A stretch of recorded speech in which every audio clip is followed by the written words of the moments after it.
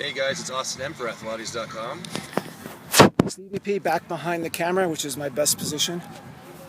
Might be able to go there. Don't go there. Okay, so what are you doing, Austin? You got something around your waist, you got no shirt on. Well, this is my Saturday night usually, but we brought it to Athletes.com. There's usually more chains involved too, I believe. Easy. Yeah. So today we're going to talk a little bit about breathing. So breathing, one of the things you learn about Pilates is how to try to control your breath while maintaining an strong abdominal connection. And the reason why you want to do that is because it keeps everything stable, even when you're active and moving. With Pilates, generally, those movements are relatively safe and controlled. But what if you're an athlete and you're running around, jumping, sprinting, lifting overhead? Yes. That's not controlled per se. So you want to be able to keep this connection in and breathe in without losing the connection. And especially during any durational activity, you need to be breathing.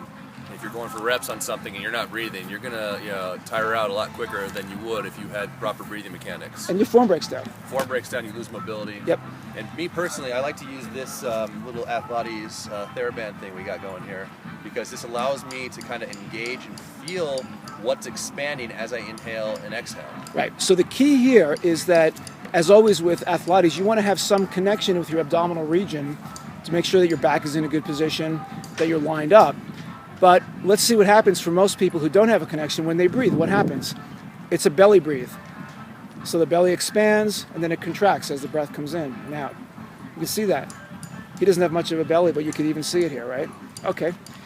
Well, what we want to teach and what we learn in Pilates is you want to have a abdominal connection.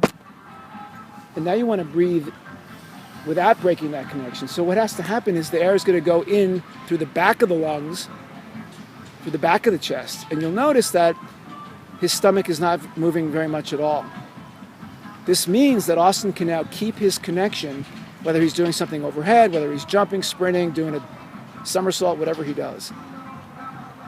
It's a very hard technique, but you use, it's really hard, you use the band because you can actually feel the sensation of whether or not you're pushing it out forward or pushing it out through your back. And I'm trying to feel kind of like in the lats and through here, my thoracic spine. I'm trying to get that to expand. It's hard for me.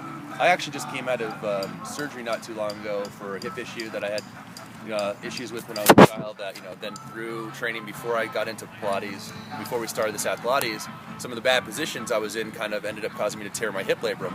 After, 6 to 8 weeks of crutches, I know against my better, knowledge, I was, in flexion with my spine a lot. So coming back, trying to go overhead, I feel like my shoulder mobility is not there. It's not my shoulders. It's that I had been in a flex position in my thoracic spine and I had lost mobility through there. So my breathing patterns is I focus on breathing in posteriorly, into the lats, into the rib cage, rather than just up here. I'm thinking extension through the thoracic spine now, breathe in, and all of a sudden my shoulder mobility is getting a lot better, and it's because I'm trying to focus on this breath, reopening things up for myself. So this breathing exercise has at least two benefits. Number one, it allows you to maintain an abdominal connection when you're under duress. And number two, as in Austin's case, it actually is a sneaky way to keep or expand thoracic mobility. Yeah. Because you're breathing back into the back. Try to go overhead like this. Doesn't work very well. So you guys, for homework for this one, is try to grab a TheraBand or some other kind of band. You don't have to wrap it too tight, but just wrap it around so that you can see and feel when you're pushing out with your stomach versus pushing back into your back. It's a challenging one, but it's worth the practice. We're going to get into a lot more about this as we're in movement patterns later on. Oh yeah, definitely. All right, thanks, Austin. No problem, guys. Athletes.com.